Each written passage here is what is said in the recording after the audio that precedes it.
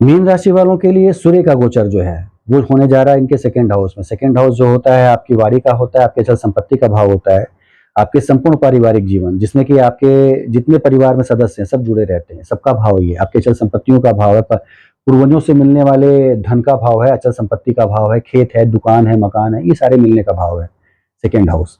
यहाँ पे सूर्य उच्च का मतलब इन सब चीज़ों में सफलता आपको मिलेगी।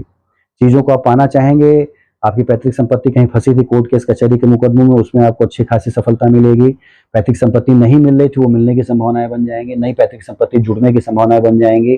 परिवार में उत्सव होने की संभावनाएं बन जाएंगी। वाणी आपकी कठोर हो जाएगी, वाणी में एरोगेंस आ जाएगा, आप थोड़ा बोलने में कर्कश हो जाएंगे। इस पर एक विशेष फोकस करना है। सूर्य जब भी हो तो ऊर्जा देता है, एनर्जी देता है, व्यक्ति क्रोधी होता चला जाता है। तो क्रोध पे एक तरह से नियंत्रण रखिएगा, लड़ाई झगड़े मत करिएगा।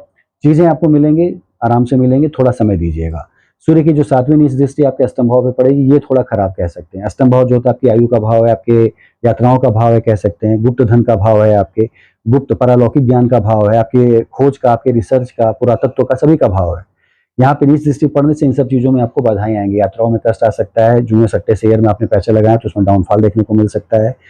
पुरातत्व से जुड़े हैं, अपनी रिसर्च से जुड़े हैं, पीएचडी कर रहे हैं, इन सब चीज़ों में डिले देखने को मिल सकता है। देर से सारे पेपर सबमिट हो, ये हो सकता है। लेकिन आपका सेकंड हाउस, आपकी पैतृक संपत्ति, आपका पारिवारिक उत्सव, ये चीज़ें बढ़ने की संभावना यहाँ पे बन जाती हैं। तो ये आपको एक विशेष सावधान रहना है। मीन राशि वालों को क्रोध नहीं करना है, शांतिपूर्ण तरीके से अपने कार्य को करना है।